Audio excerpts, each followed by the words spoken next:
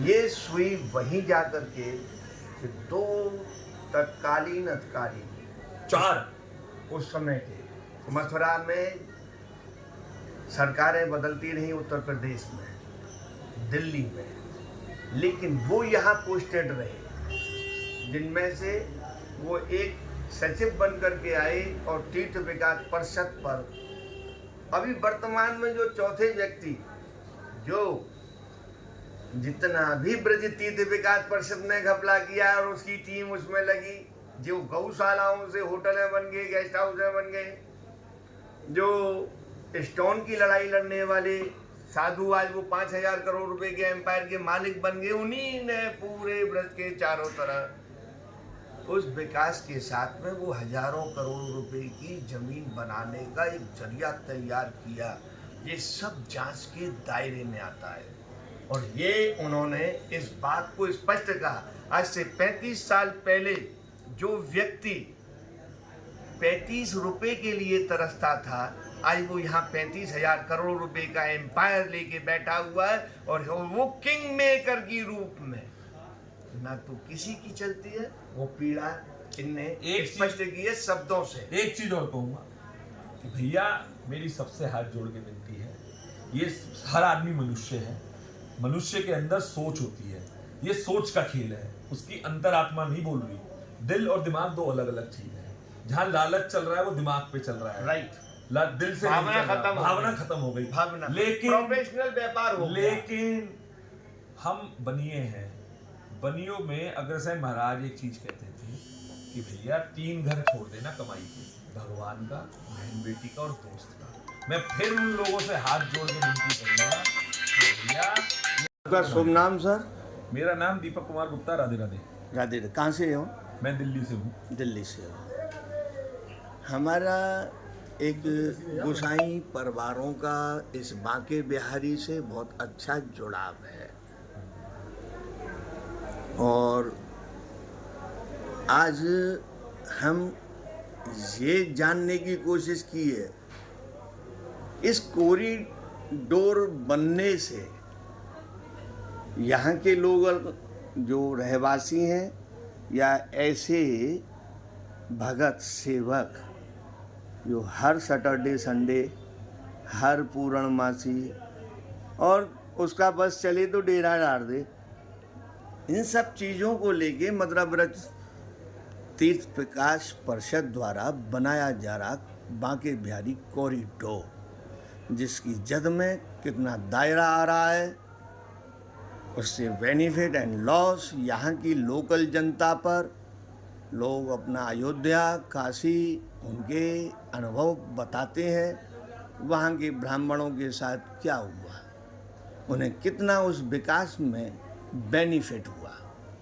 आज 12 साल में जितना उजड़ता वृंदावन और डिजिटल वृंदावन जो बन के हाईटेक और बन रहा है, किनकी परमिशन से ये उजड़ता वृंदावन अब इसी तरीके से बांके बिहारी के चारों तरफ उतरता और उजड़ता वो कॉरिडोर, जिसको लेकर के यहाँ के स्थानीय लोगों की, आने वाले भक्तों की क्या राय है आप कह सकते हैं।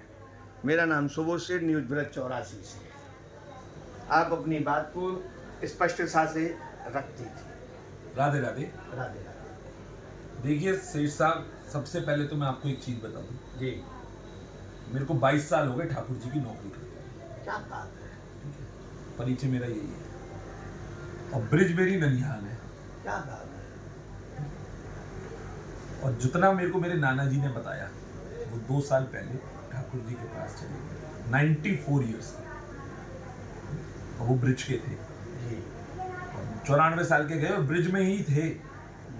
ठीक, ये बहुत कुछ दर्शाती है कि ब्रिज से आपकी नंसाल से जन्मभूमि मात्र पे मेरी माता जी का जन्म योनी का है, बस उनके जन्म होते ही उन्हें देश निकाला मिल गया। क्या बात है। और वो हाथरस चले गए जो ब्रिज मंडल में है जी। अब मैं नहीं कह रहा हूँ जी, मेरे नाना ने बताया, क्योंकि वो 94 साल के थे, पूजा पाठ भी करते थे, सब कुछ करते थे, उन्होंने गोवर्धन जी की कितनी दंडवत करी है हमें नहीं पता, ठीक है। तो वो ये कहते थे, शास्त्र ये कहते हैं, वेद ये कहते हैं, पुराण ये कहते हैं, कथावाचक ये कहते हैं, संत महात्मा ये कहते हैं, महाराज जी ये कहते हैं, बाबा जी ये कहते हैं, बाबाओं से मतलब है जो बाबा लोग हैं, बाबा जी से मतलब सीएम साहब से नहीं है, कि श्री वृंदावन धाम श्री जी का है। अगर ये बात सही है तो इसके अगले पे चलता हूँ, क्योंकि आप खुद कह रहे हो मैं ब्रिजवासी हूँ, तो मेरी इस बात में सच्चाई है या नहीं है?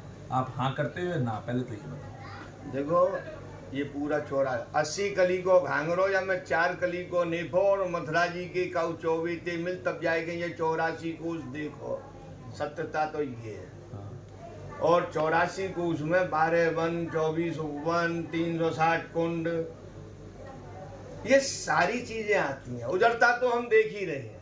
नहीं, मैंने जो क्वेश्चन करा, आपने कहा यहाँ पे श्री और नाथ और जी अगर रहते हैं तो इस ब्रज में रहते हैं और उन तक कहीं नहीं रहते। You are right. Banke Bihari उसमें से नाथ है, यसीनाथ जी नहीं है।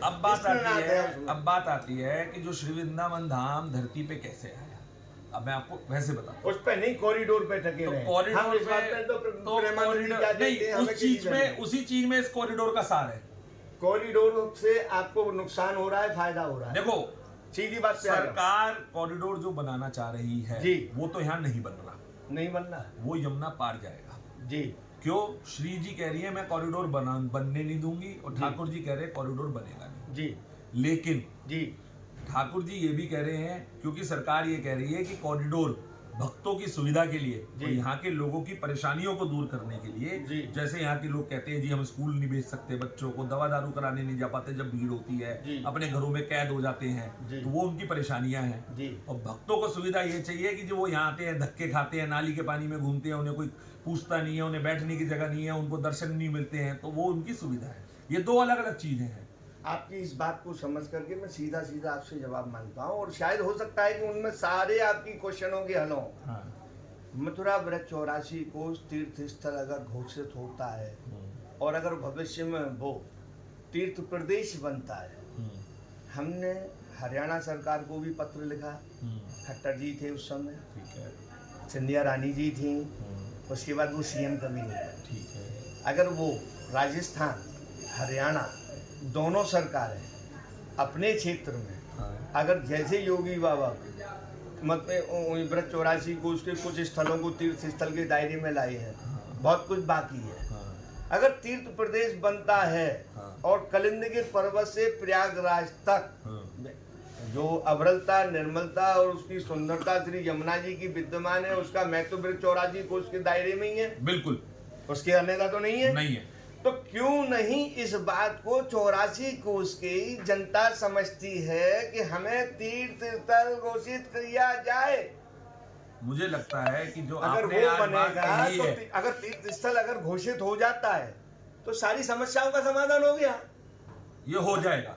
ब्रह्मा कुंड बनाए तो ब्रह्मा कुंड कैसा होना चाहिए ये हम तुम बताएंगे कि कोई आम आदमी इसको आकर के बैठ करके पोस्ट पर अपने मनमानी के द्वारा उसका निर्माण करके और थोपा हुआ ब्रज दे दे, जिसके नतीजे ये है उजड़ता हुआ वृंदावन और डिजिटल वृंदावन।